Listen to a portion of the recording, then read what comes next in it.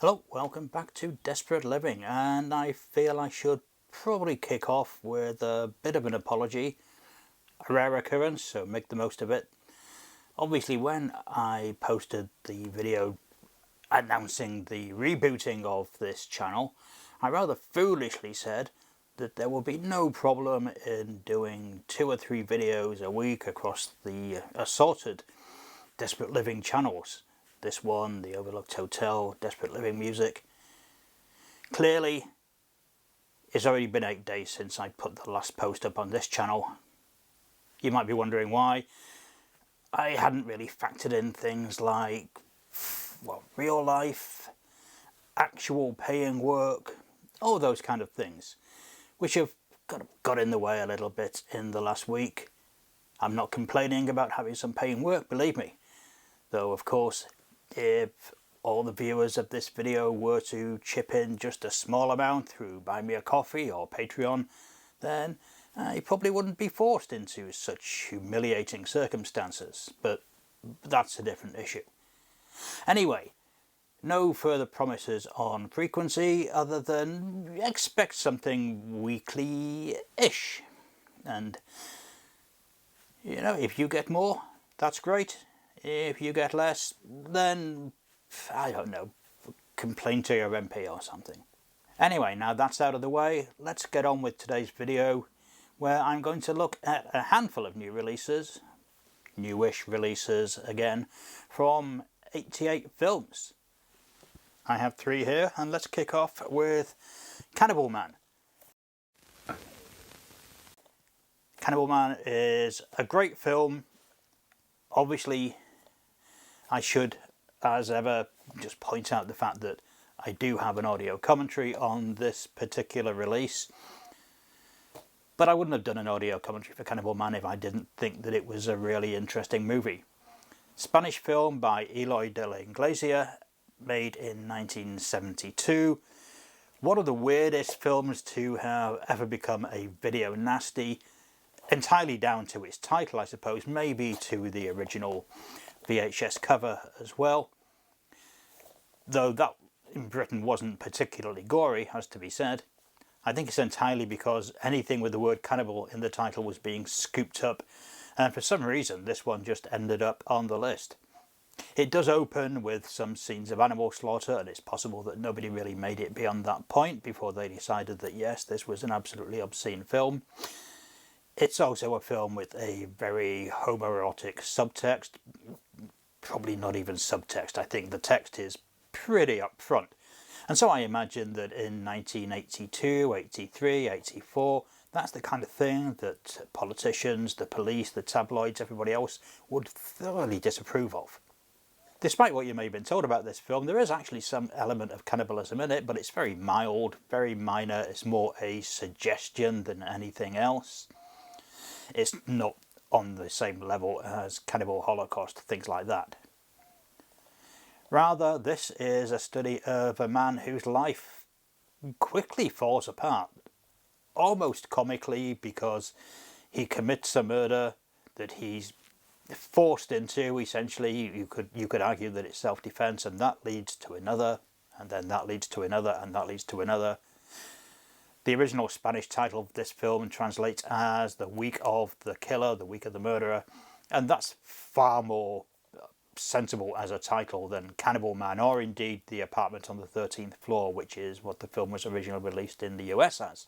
So it's a movie with great performances, a great wit about it. It definitely has some interesting graphic gore, and the politics of the film. This was a movie made in the still in the height of the Franco-fascist regime in Spain, which is why everything had to be subtle. It makes quite a lot of interesting political points, not necessarily just about gay culture, but also about class and privilege. It's really interesting. A really good movie. Fine soundtrack too. So if you don't already own a copy of this, I know that it has been released as a Severin release in the US, which I also have a copy of. For some reason I wasn't asked to do the commentary on that. Very foolish omission of them, I think you'll agree. then this one is certainly worth picking up just for the movie. Artwork on the back here, by the way, is the aforementioned British VHS sleeve, as was. But let's have a look at the actual disc, shall we? So, by the miracles of modern technology, here it is unwrapped. I've done that off screen because I know it deeply upsets some people. Let's see what's inside. This is a voyage of discovery for me as well as you, has to be said. Back cover is similar but not identical to the slipcase. Doesn't have the British artwork on there. We do have an alternative sleeve as well. What's this? Well, there's some of the gory artwork, poster artwork, and imagery. The kind of thing that would have obviously upset the powers that be back in the day if that had been used here. Not sure where that actually originates from. And we have a booklet here. Great imagery in it. What you may have noticed is that this One Time Video Nasty now has a 15 certificate, so not even at the point of being the most extreme horror available. How times change, or perhaps it's just because somebody's actually watched the film on this occasion and understood what it is and how ungraphic it actually is. That said, of course, as I mentioned, there is slaughterhouse footage at the beginning of the movie, and if you're of a sensitive nature, you might want to either skip that scene or at least try and avoid that particular cut. There are two cuts of this film, the international cut and the extended cut. I do the commentary on the international cut, and that footage is definitely on that one, so you know, take your chances. So next up we have a pair of Italian classics. I'm using classics in the broadest sense. I'm not sure that either Murderrock or Rat's Night of Terror would qualify as being the absolute apex of Italian horror cinema, but both are fun films. Let's discuss Murderrock first, because I think this is the one that has the worst reputation. This is the movie that I first saw, as was often the case with films that hadn't been released in the UK. This one I don't think ever got a UK VHS release. Not for reasons of violence, just because it wasn't considered commercial. But yeah, so I saw this as a foreign language import copy that was several generations down. Probably not the best way to appreciate it, and at the time I wasn't a big fan. I've seen it since in a rather better version, and you know, it's still not a great film. Aspetta ogni tuo passo. Può colpirti in ogni momento. Implacabile, spietato. Mi è venuta una gran voglia di ammazzare un'altra di quelle ragazze.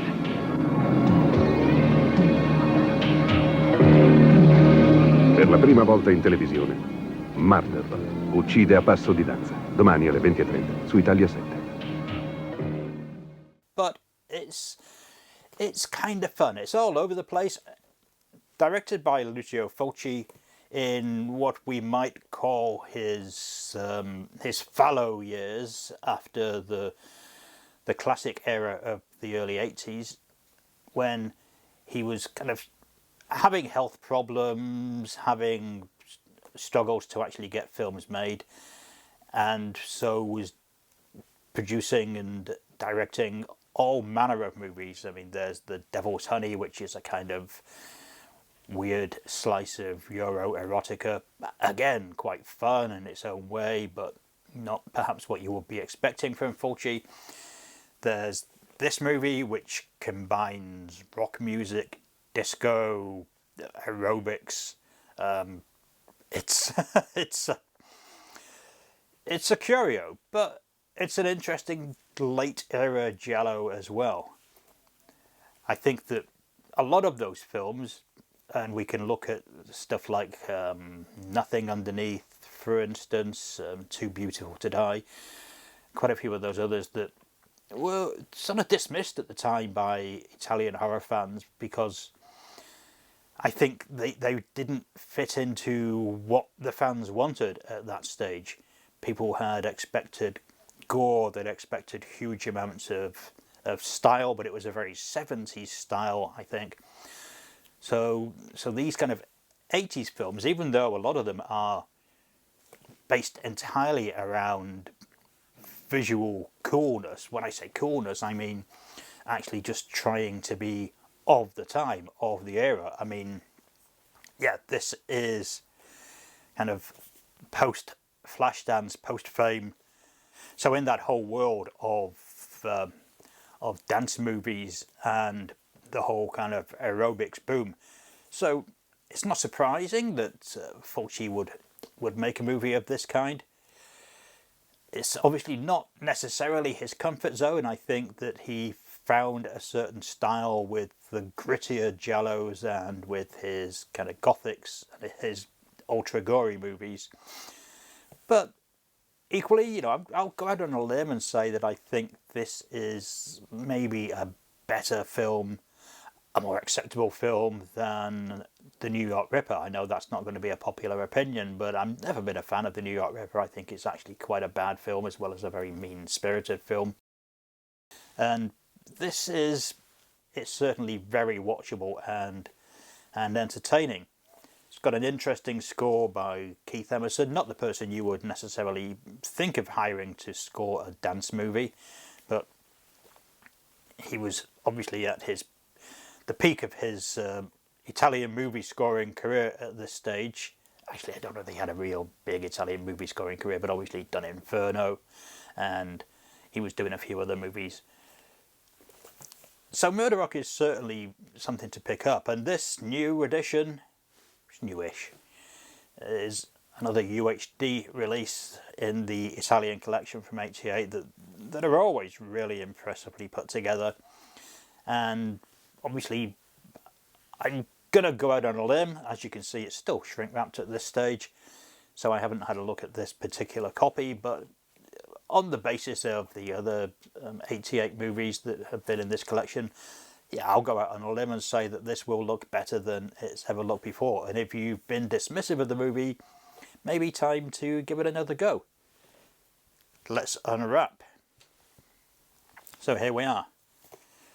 The sleeve, as you can see, is none too subtle. The kind of thing that not that many years ago you probably wouldn't have really got away with on a UK release because of the BBFC's ridiculous and legally questionable demands to have control over the imagery shown on sleeve with their video packaging review committee, which I think has now bitten the dust because these are not aimed at going into shops. I mean, you'll be able to buy this in places like FOP and probably HMV, but they are no longer what you would consider to be mainstream retailers in a way. The very fact that they sell physical media shows that they're a specialist entity. So they're not going to turn their nose up at the fact that the sleeve has a picture of a topless woman who's been stabbed on it. Inside the slipcase, we get a second case, and inside here we have the actual disc. So triple use of this artwork, but as this is 88, I'm expecting, and I'm correct, that there'll be different artwork on the inside. This is the original film poster, which is actually, I always thought that this was a really good piece of artwork, even when the film itself didn't seem to be all that. So I'll certainly flip that one over. And we have the double discs, so the UHD and the Blu-ray, which I'm assuming will be identical. Got a nice booklet. How many pages do we have here in this booklet? Yeah, I think this looks like it's got some interesting content to it, covering the whole idea of disco, prog rock cinema. Yeah, looks fun. And we have a postcard, not the poster that have been in some of these other ones, but that's fair enough. And that's another bit of poster art that I remember seeing many times. So if you're a fan of Italian horror, if you're a fan of Giallo movies, if you're a fan of Lucio Fulci, or indeed if you're a fan of wildly camp dance movies of the 80s, this is well worth picking up. A film with a much better reputation, Rats, Night of Terror, the movie from Bruno Mattei, which was, I think, really the first thing that he had come along in the wake of Zombie Creeping Flesh, or Hell of the Living Dead, or whatever you want to call that movie. It's got so many titles. Certainly the one that came along after that and got more attention from people. It's a wacky kind of post-apocalypse, Mad Max meets Willard, I suppose. Perhaps a bit inspired by Deadly Eyes, the film version of James Herbert's book, The Rats. Maybe trying to just throw in a bit of everything here, really. It's got sex, it's got violence, splattery gore. Bruno Mattei's trademark madness. I mean, Mattei was not a good director, let's be blunt here, but his films were quite often fun because, you know, he was just throwing everything at the wall and seeing what stuck. And this is a prime example of that. You know, it's trashy, it's fun, it delivers the goods. If you're looking for something that's going to make you think, going to make you, I don't know, it's like a cerebral experience, then this is not the movie for you, clearly. But if you're looking for something fun and trashy and entertaining, have a couple of beers with, then I think this is the kind of thing that you can't beat.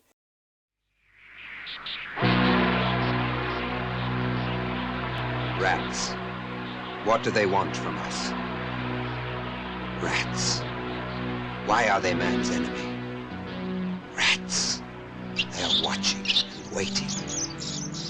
Rats. Their time has come. Why do rats repel us? What is it about those little furry bodies that's so frightening? Just think of them close to you.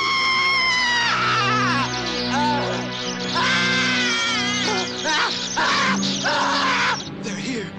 They're coming. God, no! Who could stop them and how? Rats are here, under our feet, all around us. Come on, out in the open so I can smash you to pieces! Come to the slaughter! A strange rat from another community came into it. He was soon killed. And afterwards eaten. Seething, teeming millions, their little red eyes gleaming with rage and hunger. And they're waiting for you. No! I don't want to die like that! No! They'll eat us alive! They'll kill us all! Kill all of us!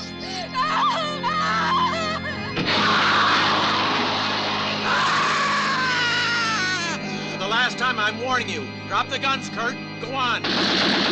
You'll never get away. You two move that console and barricade yourselves in. No. I'll try to stop them.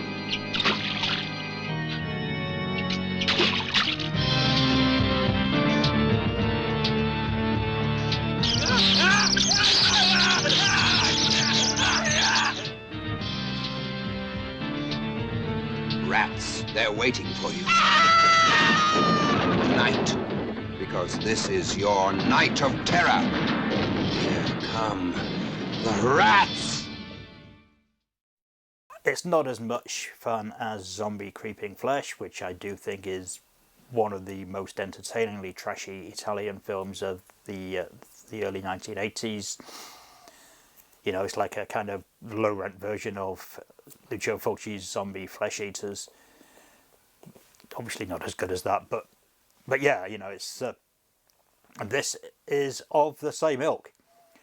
I think some of the later Mattei films, I mean, he was one of the directors that effectively kept going much longer than everybody else. when a lot of the other Italian legends had either died or retired, given up. He was still there cranking out weird stuff like, you know, knockoffs of Cannibal Holocaust, more zombie films that were being made in the 2000s, women's prison films, still making wildly sleazy and outrageous films long after the Italian horror boom and exploitation boom was long over. And, you know, God bless him for doing that. A lot of those movies are not available in the UK, but if you're in the US, then you can pick up quite a few of them on the Severin label or the Intervision label. Movies like In the Land of the Cannibals, Jail. Jail is particularly trashy. If you're a fan of women in prison films, you'll definitely want to pick that one up. But let's have a look at the packaging of this. So here we go, the slipcase, and presumably the identical art indeed inside. Nice alternative on the back. It's quite a feisty looking rat. And the actual disc.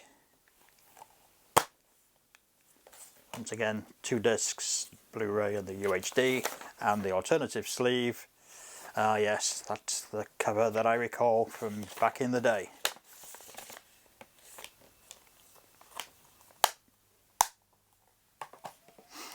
Once again, we have the booklet. I'll kind of go through all these and check them out. And alternative postcard again with different art. So let no one say that you don't get plenty of rats for your buck in this release. Now again, I should emphasise, I don't think I can emphasise this enough because I don't want to be seen as misleading you just to shill product, and obviously I'm not going to do that. So neither of these films is a great work of art. Neither of these films wants to be a great work of art, I would say. Both of them do what it says on the box. This one gives you rats, gives you a night of terror. And this one gives you murder and rock. And I'm always happy to see them being issued in such lovely versions and on UHD. I mean, it's kind of weird sometimes to look at a movie like this, or, you know, Anthropophagus, as we've reviewed previously, in such pristine condition, because I guess, you know, I'm just so used to seeing them in horribly scuzzy editions. Even when you got the first generation VHS tape, it was usually pretty well worn by that time. So to get stuff like this, it's, well, what a world we live in, eh? So thanks to 88 Films for sending these over. I should obviously point out to you that these were sent over as freebies. I didn't buy them, but at the same time I wasn't under any obligation to review them, and certainly under no obligation to say anything nice about them. There's plenty more stuff to come. There's 2 more box sets, or 3 more box sets technically, but 2 more videos of box sets that will be online in, do I say in the next week? Yeah, one of them at least will be online within a week. So if you like this kind of rambling discussion about new physical media releases, then why not drop this video a like, and if you've yet to do so, subscribe to Desperate Living Video. We're nearly at that point of monetization, so come on everybody, push us over the edge. If you've watched more than 1 or 2 of our videos, why not subscribe so that you can see more of the same? Tell your friends and tell your enemies to do likewise. Thanks for watching, and I'll see you again soon.